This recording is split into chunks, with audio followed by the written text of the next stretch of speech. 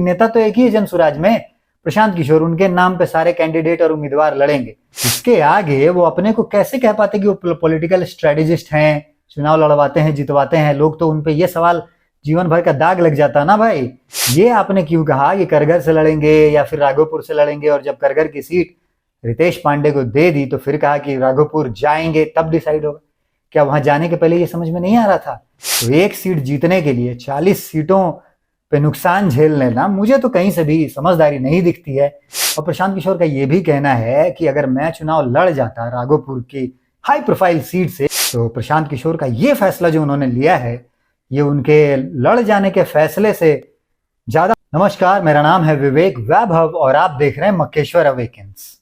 Bihar election में इतना ज्यादा हाइप बनाने के बाद प्रशांत किशोर ने लास्ट मोमेंट पे इलेक्शन ना लड़ने का फैसला कर लिया है। अब जैसे ही उनका ये फैसला लोगों के सामने आया है, बहुत से लोग इसका अलग अलग तरीके से एनालिसिस निकाल रहे हैं। जो उनके विपक्षी लोग हैं और जो उनको न चाहने वाले या विरोध में वोट डालने वाले लोग हैं, वो तो कह रहे हैं कि भाई इनके हाथ पांव फूल गए और डर के मारे ये भाग गए हैं। जो उनकी पार्टी के लोग हैं और जो उनका समर्थक वर्ग है, वो ये कह रहा है कि भाई ये एक मास्टर स्ट्रैटेजी है जो जनसुराज को लंबे वक्त में और लॉन्ग टर्म में फायदा पहुंचाएगा। पर एक तीसरा वर्ग ऐसा भी है जो प्रशांत किशोर के जनसुराज के प्रयास से, नए प्रयास से बिहार के अंदर काफी उत्साहित था। वो अब थोड़ा हतोत्साहित है और ये कह रहा है कि ये तो स्ट्रेटेजिक ब्लंडर हो गया। तो भाई आखिर तीनों में से कौन सी सिचुएशन और कौन सी बात प्रशांत किशोर और जनसुराज के लिए इसमें से सही है? तो इसी बात का एनालिसिस करेंगे। पर इसमें मेरा मानना यह है कि ये तीनों ही बातें ना तो पूरी तरीके से गलत हैं और ना ही पूरी तरीके से सही हैं। ये अपना अपना देखने का पर्सपेक्टिव हो सकता है और ये तीनों बातों में ही कुछ ना कुछ सच्चाई दिख रही है। कैसे और क्यों, उसकी बात हम करेंगे। और ये तीनों ही बातें कहीं ना कहीं गलत साबित हो रही हैं, कैसे और क्यों, इसकी विवेचना भी हम आगे करेंगे। तो पहली बात तो यह है कि प्रशांत किशोर डर गए और उनके हाथ पांव फूल गए चुनाव लड़ने से, और इस वजह से चुनावी मैदान से उन्होंने अपने पांव पीछे खींच लिए हैं। तो इस बात की चर्चा कर लेते हैं। राघोपुर सीट और करघर से लड़ने के लिए वो बहुत दिनों से कह रहे थे कि लड़ेंगे तो इन्हीं दोनों जगहों से, या तो जन्मभूमि या कर्मभूमि। तो जन्मभूमि करघर से तो उन्होंने रितेश पांडे को टिकट पहले ही लिस्ट में जारी कर दिया था 9 तारीख को ही, तो उसके चांस तो खत्म हो गए थे। उसके बाद उन्होंने कहा था कि हम राघोपुर जाएंगे, वहां चर्चा वगैरह करेंगे और उसके बाद ये फैसला लिया जाएगा कि लड़ेंगे कि नहीं लड़ेंगे।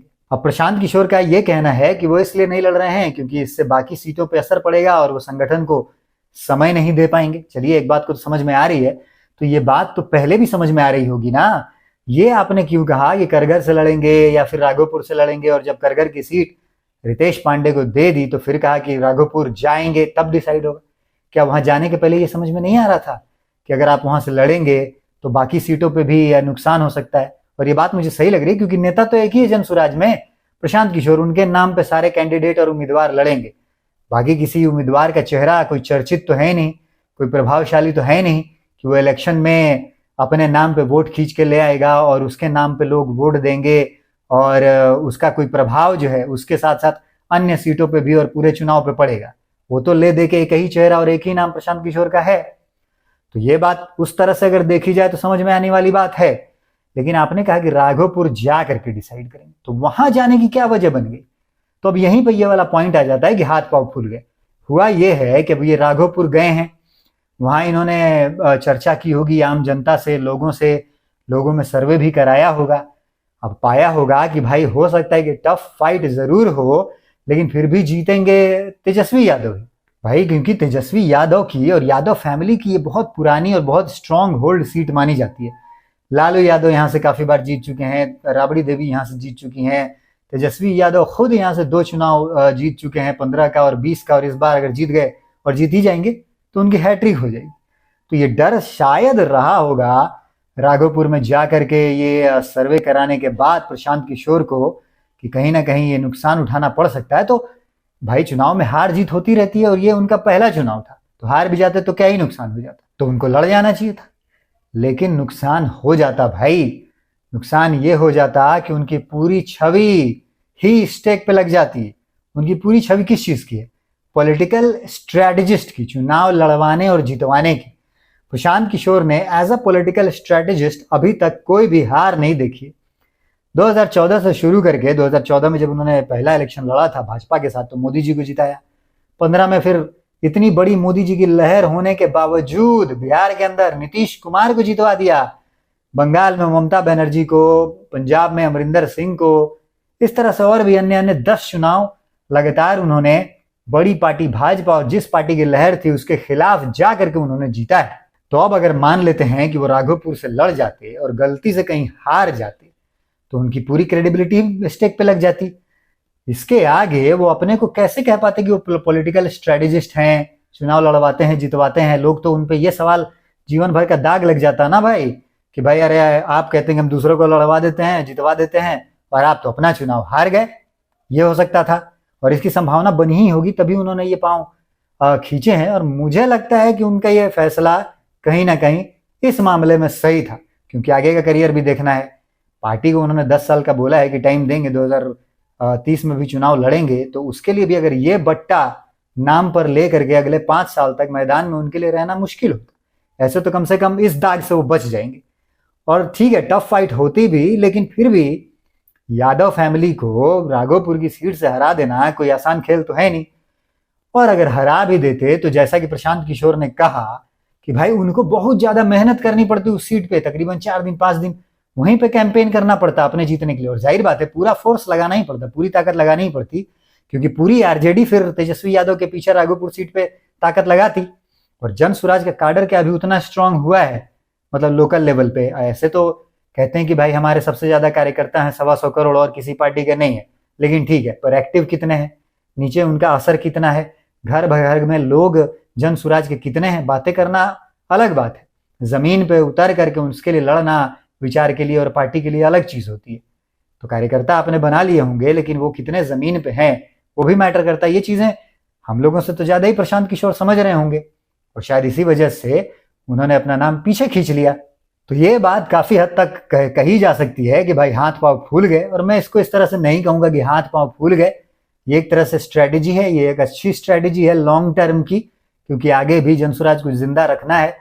और उसका बड़ा नेता ही अगर हार जाता पहला ही मैच तो आगे की इनिंग्स खेलने में परेशानी हो सकती थी। तो मुझे लगता है कि ये सोचा समझा और बहुत ही सही दिशा में लिया गया एक फैसला साबित हो सकता है। जैसा कि दिख रहा है कि जनसुराज इस बार नहीं जीत रही है, मतलब जमीन पे तो ज्यादातर लोग यही कह रहे हैं कि कुछ वोट मिलेगा। हालांकि प्रशांत किशोर कह रहे हैं कि जीतेंगे भी तो 150 से ज्यादा और अगर हारेंगे तो 10 से कम। तो अगर जीत गई तब तो बल्ले बल्ले है, कोई सवाल ही नहीं उठेगा। अगर हार गए तो आगे के लिए रणनीति उनके फेवर में जा सकती है, ये दिख रहा है। अब दूसरा पहलू इसका ये है कि जो उनके समर्थक हैं वो कह रहे हैं कि ये तो मास्टर स्ट्रेटजी है, जिसकी थोड़ी सी बात हमने पहले पॉइंट में भी कर ही ली, क्योंकि वही प्रशांत किशोर का ये कहना है और जो कि सही भी है कि अगर वो अपनी सीट पे लड़ेंगे तो बहुत ज्यादा वक्त लगाना पड़ेगा। और बाकी उनके अलावा, मतलब मेरा कहना है, प्रशांत किशोर ने ये नहीं कहा है, मेरा मानना है कि उनके अलावा जन स्वराज में कोई भी ऐसा चेहरा नहीं है जो कि चुनाव को प्रभावित कर सके, जो कि चुनाव के प्रचार में अपने कैंडिडेट्स के लिए वोट जुटा सके। तो अगर वो एक ही जगह कन्फाइंड हो जाएंगे तो राघोपुर की सीट में जो इलेक्शन है वो पहले फेज में होना है 6 तारीख को, 6 नवंबर को। तो उसी पहले फेज में कम से कम नहीं, एग्जैक्टली 121 सीटों पे चुनाव हैं। तो ये सारी सीटें प्रभावित हो जाएंगी प्रशांत किशोर के एक जगह फंसे होने से। और अगर 5 दिन भी उन्होंने दिए तो प्रशांत किशोर का ऐसा कहना है कि लगभग 40 से 45 सीटें प्रभावित हो जाएंगी। उन सीटों पे वो उतना वक्त समय नहीं दे पाएंगे। तो एक सीट जीतने के लिए 40 सीटों पे नुकसान झेल लेना मुझे तो कहीं से भी समझदारी नहीं दिखती है। तो अगर जन स्वराज वाले ये कह रहे हैं और प्रशांत किशोर ये कह रहे हैं कि भैया ये तो मास्टर स्ट्रेटजी है, तो मुझे तो लग रहा है कि ये मास्टर स्ट्रेटजी है भाई। 1 के मुकाबले 40, तो मैं 40 क्यों कुर्बान करूंगा, 1 कुर्बान करूंगा ना अगर हार भी रहे थे तो। कुछ लोग राघोपुर के जनता के इंटरव्यू वगैरह टीवी चैनलों पे आया है, वो कह रहे हैं कि अगर प्रशांत किशोर यहाँ से लड़ते तो टफ फाइट होती, टफ होती, जीतने की तो गारंटी नहीं थी। तो मान लेते हैं कि हार ही जाए यहाँ पे सीट, तो हार के भी अगर बाकी के 40 जीत रहे हैं, 40 के 40 ना भी तो 30 भी जीते तो भी वो बड़ा मार्जिन है ना भैया। 1 सीट के लिए क्यों कुर्बान करे। तो एक तरह से इस हिसाब से और इस नजरिए से देख रहे हैं तो मास्टर स्ट्रेटजी दिख रही है। तो ये बात भी मुझे गलत समझ में नहीं आ रही है। ये भी लग रहा है कि हाँ भाई ये सही है, तो आधा उधर भी सही दिख रहा है, आधा इधर भी सही दिख रहा है।